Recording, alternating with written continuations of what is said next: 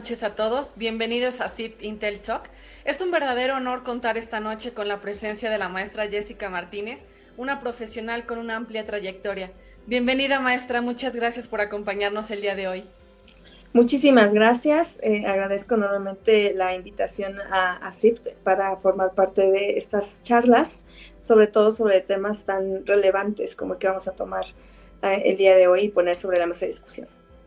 Así es. Muchas gracias, maestra, por acompañarnos. Y bueno, para comenzar y entrar en contexto, ¿podría comentarnos qué países conforman el grupo de las BRICS y cuál fue el principal motivo que llevó a su creación?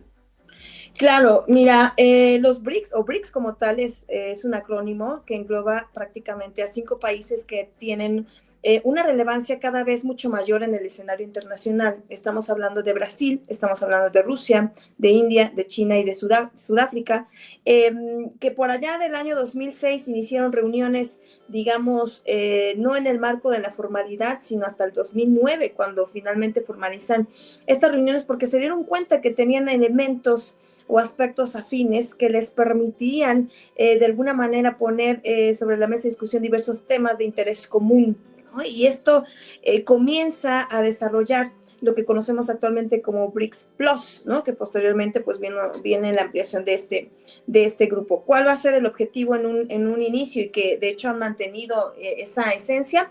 Pues básicamente lograr configurar un foro de diálogo, de concertación política, sobre todo para tratar temas económicos, comerciales, geopolíticos, de desarrollo sostenible, por supuesto fomentar la cooperación en todas estas aristas, y ha sido, digamos, una iniciativa, un proyecto que iniciaron estos 5 países, pero que conforme ha ido desarrollándose y evolucionando el contexto internacional, pues también otros estados del sur global han buscado, ¿no? Incluso el poder formar parte de BRICS.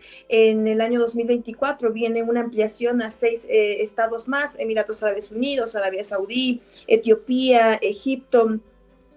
Tenemos incluso también la adhesión de Irán, que bueno, conocemos, ¿no? También esas alianzas que tiene con China y con Rusia, en lo cual pues no suena descabellado el que quisiese formar parte de este grupo.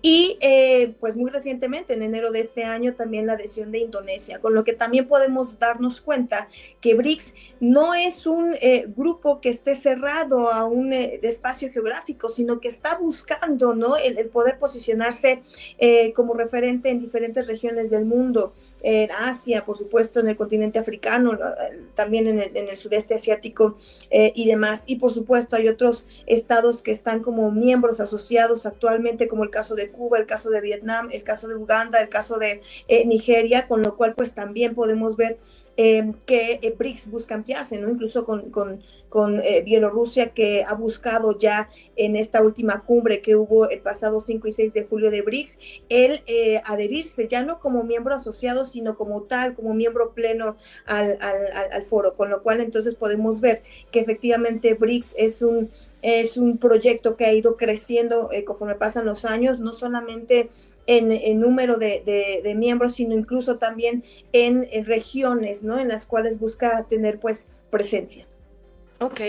Maestra, y hablando un poquito del panorama económico actual, ¿cuál considera que es el papel que juegan las BRICS en la economía global en estos momentos? Pues mira, si nos vamos a los datos duros, creo que ahí podemos partir de dar cuenta de que BRICS no es simplemente un foro, ¿no? Digamos que surge como antítesis al G7, sino que en realidad sí tiene una relevancia en el sistema económico internacional y en el contexto político en general a nivel global. Estamos hablando de un bloque que engloba el 46% de la población mundial. Digo, tenemos a China, tenemos a India, India el país más poblado del mundo.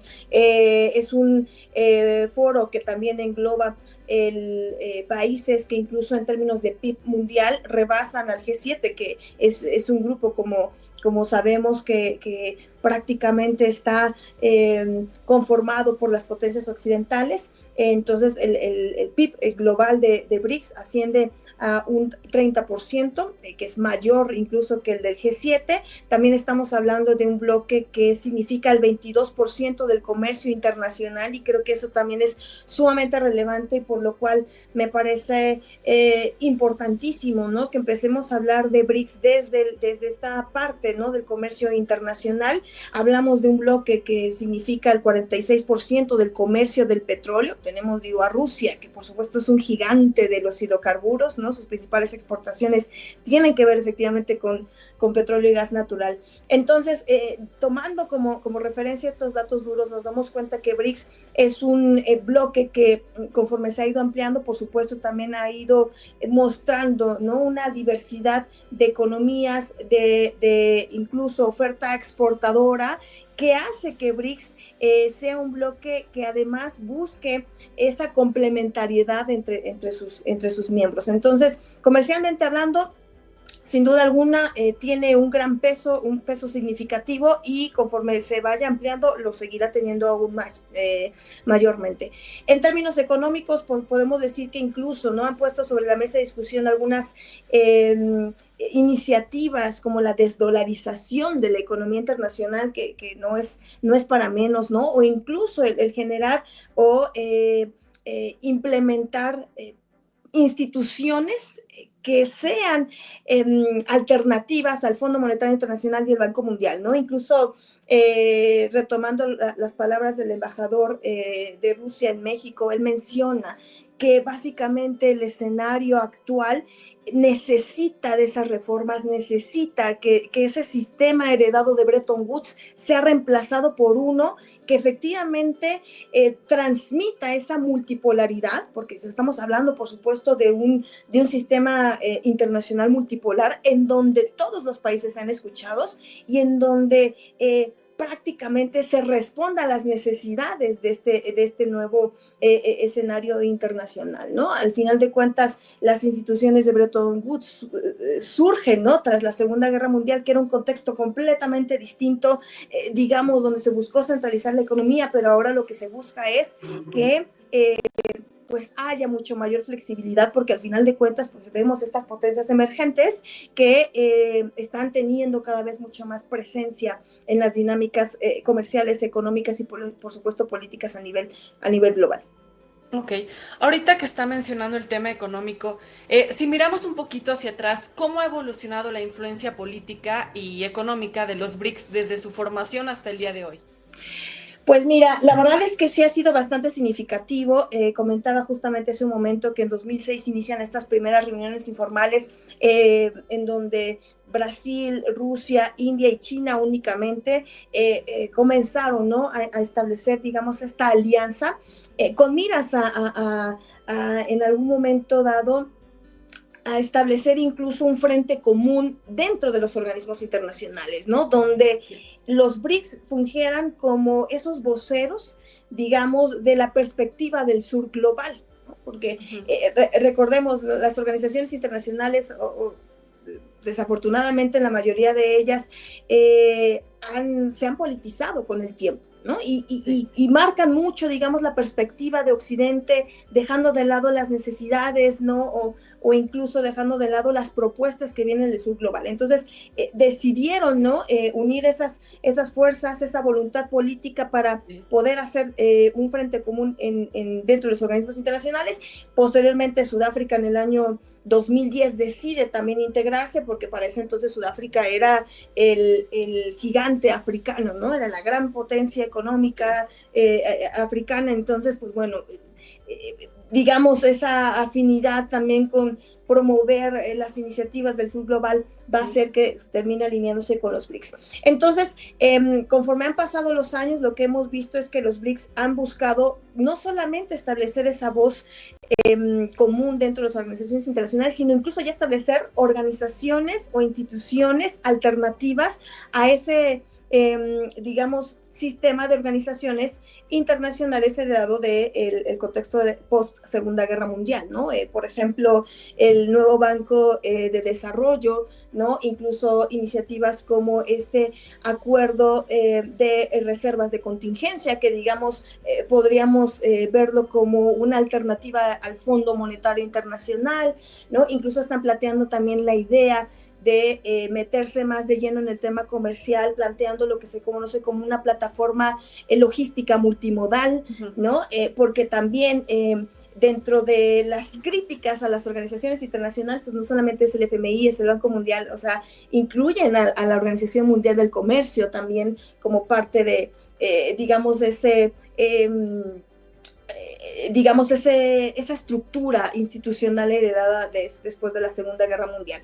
Entonces, ha habido un crecimiento en términos tanto económicos, podemos hablar, por ejemplo, de China. Digo, China por sí misma, ¿no? Es un referente del comercio a nivel internacional. 7 de los 10 puertos más importantes del mundo se encuentran justamente en China. El caso de Brasil, ¿no? Brasil, que es un referente y que incluso pues desplazó a México hay que decirlo tal cual, como referente, ¿no? en la región latinoamericana, que es relevante en el tema, por ejemplo, de la producción de cereales, ¿no? En la exportación, por ejemplo, incluso de autopartes, también de automóviles, aeronaves, ¿no? Entonces también ha diversificado incluso su economía, también el tema del petróleo. Tenemos Petrobras, que es su empresa insignia. El caso, por ejemplo, de la misma Rusia, ¿no? Que como les decía hace un momento, pues es un gigante justamente de los hidrocarburos, y que a pesar incluso de las sanciones impuestas tras su incursión en Crimea en el 2014 y actualmente tras su incursión en Ucrania, pues también ha recibido sanciones por parte de Occidente y ha logrado sortearlas. La verdad es que de una manera bastante excepcional. Lo mismo podemos decir, por ejemplo, del caso de India, ¿no? Hablamos de India, hablamos de un gigante en el tema de servicios, de comercio de servicios, ¿no? Sobre todo desarrollo de software, sobre todo con toda esta planta, ¿no? de formación de recursos humanos altamente calificados, ingenieros y demás, ¿no? Digamos, entonces, si vamos haciendo como un recuento, nos daremos cuenta que, por supuesto, el Brasil del año 2006 o del 2009, cuando se vienen las primeras reuniones formales de los BRICS, pues no es el mismo Brasil de ahora, ¿no? Ahora podemos hablar de Brasil como un referente a nivel regional. En el caso, por ejemplo, incluso de la misma India, ¿no? Apenas estaban como que comenzando a dar sus primeros pasos hacia el tema tecnológico, y ahora pues ya es un referente de la tecnología. Sudáfrica, creo que desafortunadamente ha ido un poco por el contrario, por eso lo dejé al final, porque Sudáfrica pues era el gigante africano en el año 2010 y ahora ha sido superado por Nigeria. No obstante, Nigeria forma parte de los miembros asociados de los BRICS, con lo cual pues también igual en algún momento dado podría ser, ¿no? Llegar a aspirar a ser ya un miembro pleno, un participante pleno dentro del foro. Entonces pues eso también añadiría, ¿no? Digamos a otra potencia emergente y relevante en el contexto africano. Entonces, ha habido una evolución sin duda alguna, y con ello, digamos, esa evolución que han tenido cada uno de ellos desde su trinchera, ha ido abonando para que en conjunto, pues, signifiquen sin duda alguna un grupo de países que cada vez está tomando mucho mayor relevancia en el escenario internacional. Así es. Y como bien lo menciona, maestra, pero teniendo en cuenta que se trata de países pues con realidades muy distintas, ¿qué ventajas o desafíos se enfrentan pues al tratar de cooperar entre sí dentro del bloque? Por supuesto, tú bien lo dices, hay una diversidad, ¿no? Hay incluso asimetrías en términos económicos, en términos comerciales, en términos, ¿no? Incluso de sistemas políticos son muy diversos, ¿no? Vamos de democracias, ¿no? India es considerada una de las democracias más grandes del mundo versus, pues, digamos, un gobierno mucho más centralizado como el de China, ¿no? O incluso hasta culturalmente hablando, por supuesto, son distintos. No obstante, podemos encontrar algunos elementos afines, y uno de los más importantes y que creo que destacaría enormemente es la voluntad política. La voluntad política, yo siempre se lo digo a los alumnos, es un elemento clave para entender el éxito o fracaso de cualquier organización internacional, y eso incluye también cualquier agrupación de países.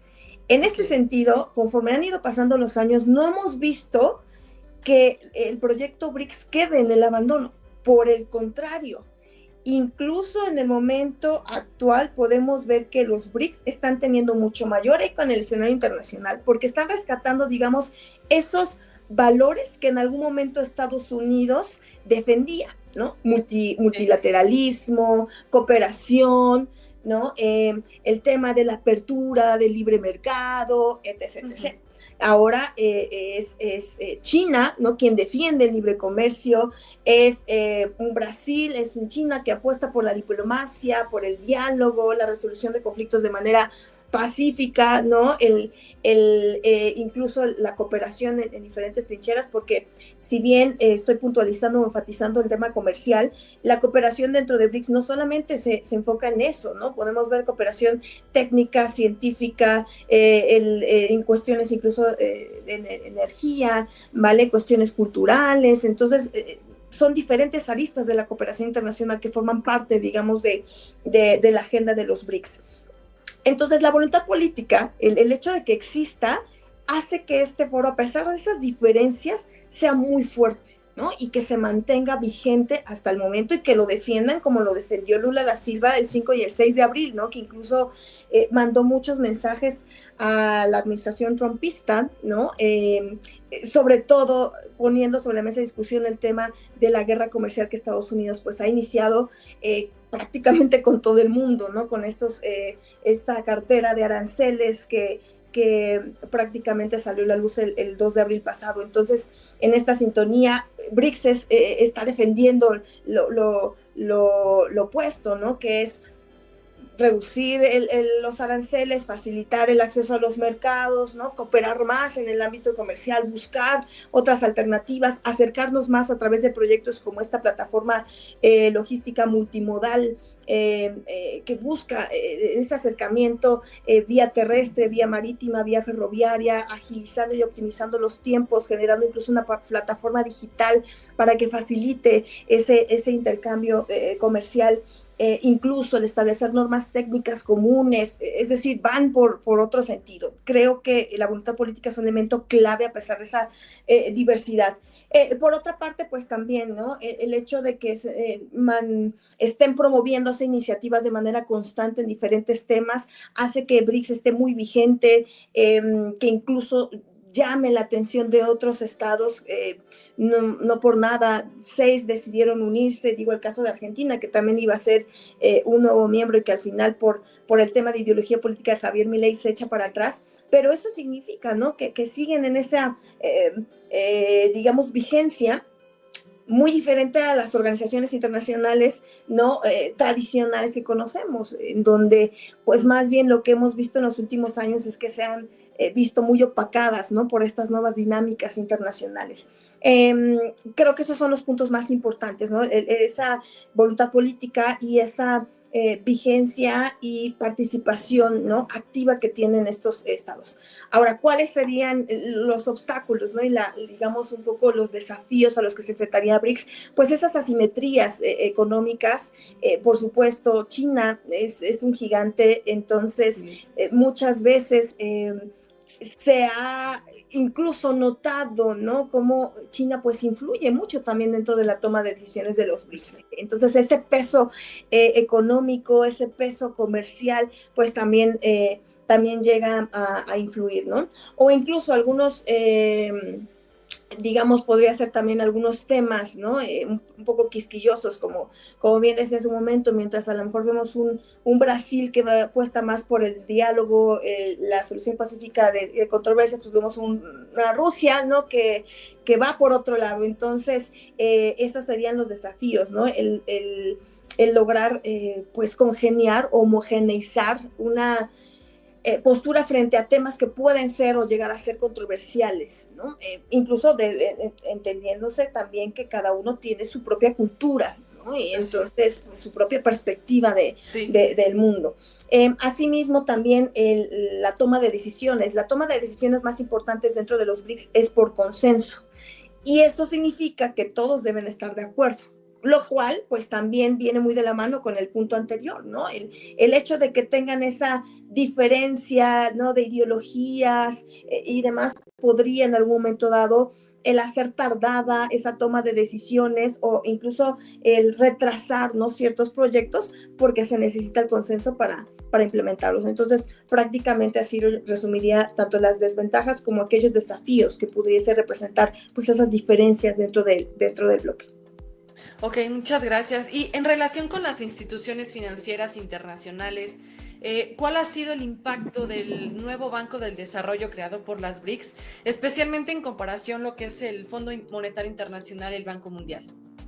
Pues mira, Liz, la verdad es que ha sido una iniciativa insignia dentro de los BRICS, porque a diferencia del Fondo Monetario Internacional y del Banco Mundial, el nuevo Banco de Desarrollo, así como este acuerdo de reservas de contingencia, no tienen tantos requisitos, o en otras palabras, no, digamos, es mucho más flexible, ¿no?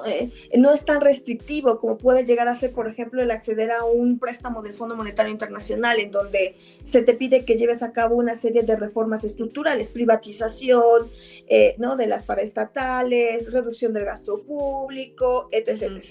Aquí no. Aquí prácticamente, digamos, por supuesto, los créditos son mucho más flexibles, incluso los créditos se otorgan no en dólares, sino en las monedas locales, ¿no? Para el brasileño, en el rand, en el rublo ruso, etc., dependiendo de quién sea el que esté pidiendo el préstamo. Entonces, esto también nos habla un poco de que van hacia esa desdolarización, ¿no?, que es un tema que también se habló mucho desde el año pasado en el marco de los BRICS, e incluso, ¿no?, también está este proyecto que se ha puesto sobre la mesa de discusión de crear una moneda BRICS, una moneda dentro del bloque. Entonces, la verdad es que sí ha surgido, sobre todo este nuevo Banco de Desarrollo, como esa alternativa a el Fondo Monetario Internacional, en donde pues te piden una serie de requisitos, una serie de reformas estructurales que muchas veces pareciera más que un apoyo, una dominación o un instrumento para seguir dominando y seguir manteniendo la hegemonía del dólar en el escenario económico internacional, ¿no? Entonces, esto va por otro lado. Y por ejemplo, el acuerdo, este acuerdo de reservas de contingencia sería como el homólogo del Fondo Monetario Internacional. Ese es el que hace los préstamos, y el nuevo Banco de Desarrollo es el que hace préstamos a infraestructuras, para crear infraestructura, que sería como la homologación con el Banco Mundial, ¿vale? La diferencia entre uno y otro es también, como te decía, esta flexibilidad para ese otorgamiento de los recursos, pero sobre todo que el nuevo Banco de Desarrollo se enfoca a infraestructura como tal física, ¿no? Por ejemplo, centrales eléctricas, se me ocurre, por ejemplo, presas, la construcción de redes carreteras, ¿no? Construcción de puertos comerciales, tal. Mientras que el Banco Mundial te presta para eso, pero también te puede financiar programas de educación, de salud y demás. El nuevo Banco de Desarrollo no. No obstante, repito, pues sobre todo con proyectos como esta plataforma logística multimodal, creo que será sin duda alguna de gran ayuda a esta institución para poder comenzar justamente a ponerla en marcha, porque lo que buscan es eso, conectar, ¿no?, a los digamos, a los países de los BRICS desde diferentes trincheras, ¿no? Entonces, pues esto también significará el tener que invertir en esa infraestructura, ¿no? Por ejemplo, portuaria, redes, carreteras y demás. Entonces, están tomando cada vez más relevancia, y pues también se está configurando como una alternativa no solo para, digamos, intra-BRICS, sino también para otras economías en vías de desarrollo. Ok, perfecto. Y para cerrar con una mirada crítica, ¿considera que este bloque representa una amenaza o un reto significativo para la política comercial de Estados Unidos? Qué bueno que retomas este tema, Liz, y lanzas esta pregunta, porque justamente la cumbre BRICS generó, digamos, una serie de mensajes por parte de Donald Trump hacia los BRICS. Entre ellos, amenazó con establecer un 25% de arancel a quienes se alíen con el bloque BRICS. Creo yo, desde mi punto de vista, que esto nos dice mucho de qué está significando los BRICS para los Estados Unidos de América. que lo está viendo efectivamente como una agrupación que puede interferir, ¿no? O intervenir en esa búsqueda de mantener la hegemonía de los Estados Unidos, tanto en el sistema internacional en general, particularmente en materia económica y comercial. Por lo que comienza a lanzar, digamos, estas amenazas.